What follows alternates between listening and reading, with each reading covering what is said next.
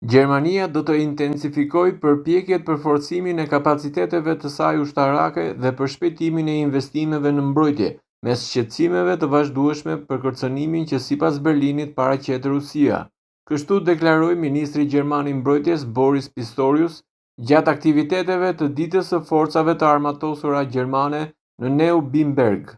Pistorius theksoi se situata aktuale e sigurisë e detyron Gjermaninë të rrisë shpenzimet ushtarake dhe të përshpejtoj proceset e prokurimit të pajisjeve mbrojtëse. Sipas tij, ushtarët gjerman meritojnë teknologjinë dhe trajtimet më të mira për të garantuar aftësinë parandaluese të Bundeswehrit dhe për të mbrojtur vendin në rast nevoje.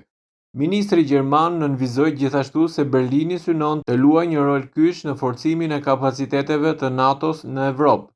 Ai tha se qeveria po punon për të siguruar që fondet e mbrojtjes të përdoren në mënyrë sa më efikase dhe të shpejtë, me synimin që Gjermania, si partneri më i madh evropian i aleancës, të kontribuojë në mënyrë vendimtare në aftësinë mbrojtëse të NATO-s.